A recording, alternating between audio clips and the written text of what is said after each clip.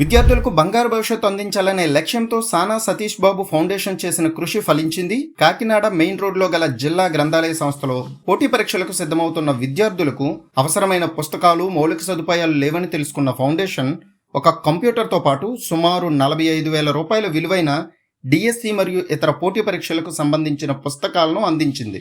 ఈ సదుపాయాల వల్ల రాష్ట్ర ప్రభుత్వం ఇటీవల నిర్వహించిన మెగా డిఎస్సి పరీక్షల్లో 16 మంది అభ్యర్థులు విజయం సాధించగా పోలీస్ కానిస్టేబుల్ పరీక్షల్లో 9 మంది ఎంపికయ్యారు. గురువారం అమరావతిలో జరిగిన కార్యక్రమంలో రాష్ట్ర ముఖ్యమంత్రి శ్రీ నారా చంద్రబాబు నాయుడు గారు, రాష్ట్ర విద్యాశాఖ మంత్రి శ్రీ నారా లోకేష్ సమక్షంలో విజేతలకు నియామక పత్రాలు అందజేయబడ్డాయి. ఈ సందర్భంగా ఎంపికైన అభ్యర్థులు తమ విజయంలో సానా సతీష్ బాబు ఫౌండేషన్ అందించిన సహకారం ఎంతో మేలు చేసిందని, అందుకుగాను ఎంపీ సానా సతీష్ బాబుకు విద్యార్థుల తల్లిదండ్రులు హృదయపూర్వక కృతజ్ఞతలు తెలిపారు.